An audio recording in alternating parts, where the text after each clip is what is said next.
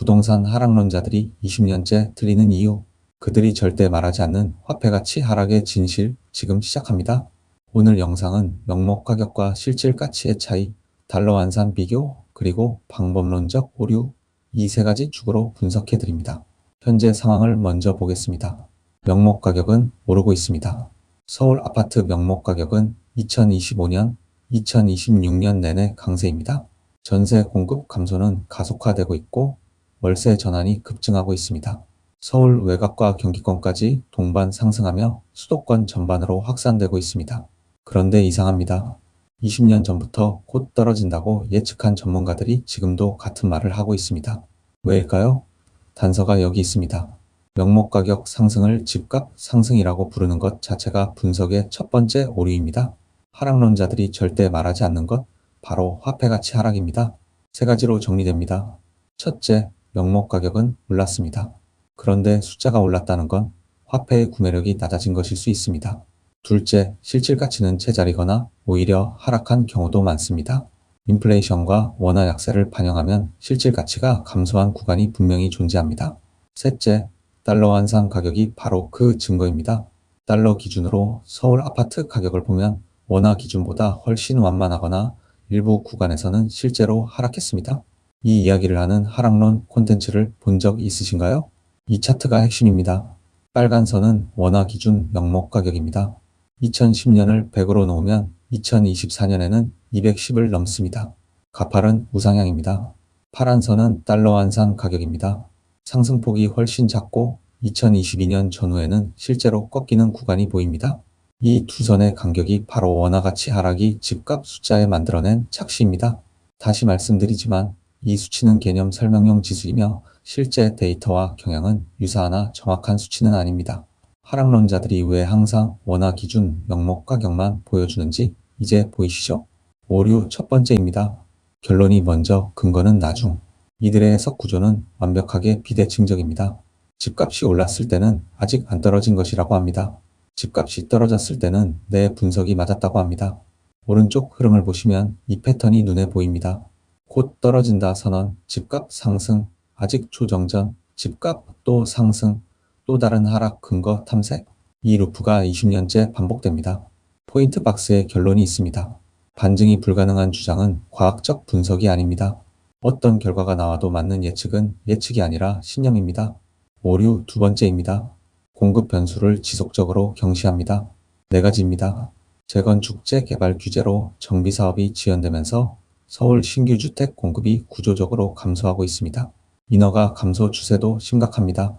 건축 인허가 물량이 줄면 23년 후 입주 물량 부족은 이미 예정된 결과입니다. 건설 원가는 급등했습니다. 인건비와 자재비 상승으로 분양가의 하방 경직성이 강화되고 있습니다. 서울 가용 토지는 사실상 한계에 달했습니다. 개발 가능 토지가 소진된 상황에서 추가 대규모 공급은 불가능에 가깝습니다. 하락론자들은 수요 가격 데이터에는 강하지만 공급 구조 변화에 대한 대응이 지속적으로 느렸습니다. 오류 세 번째입니다. 인구 감소론을 지나치게 단순하게 적용합니다. 왼쪽이 이들의 논리입니다.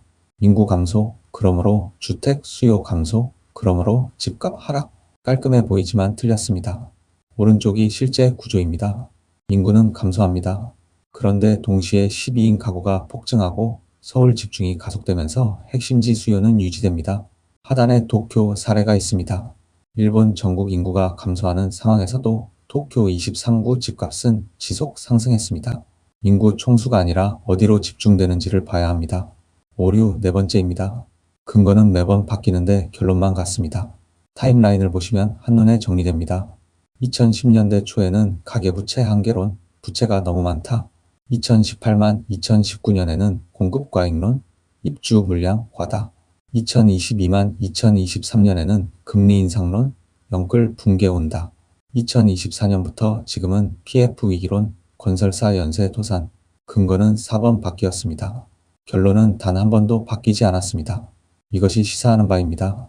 예측 모델이 있는 분석가는 틀렸을 때 근거를 수정합니다. 하지만 결론이 고정된 분석가는 새 근거를 탐색합니다. 이 둘은 근본적으로 다릅니다.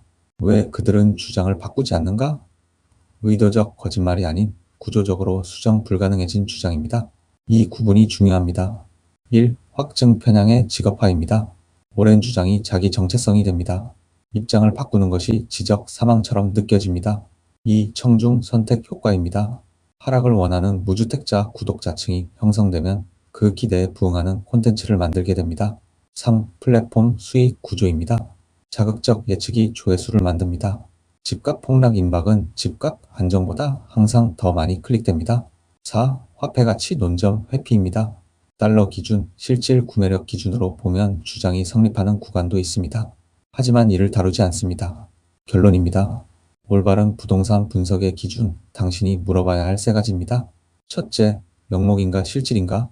원화 기준 상승을 그대로 집값 상승이라 부르는지 확인하세요. 달러 환산, 인플레이션 반영 여부를 물어보세요. 둘째, 반증 가능한 예측인가? 어떤 조건이면 자신의 주장이 틀렸다고 인정할지 명확히 밝히는 전문가인지 확인하세요. 셋째, 공급 구조를 다루는가? 수요 가격 데이터만 보는지 인허가 정비 사업 토지 공급까지 분석하는지 확인하세요. 마지막입니다. 문제는 정치적 편향이나 도덕성이 아니라 방법론인데 변수를 어떻게 다루는가가 진짜 전문가의 기준입니다. 도움이 되셨다면 구독과 좋아요 부탁드립니다.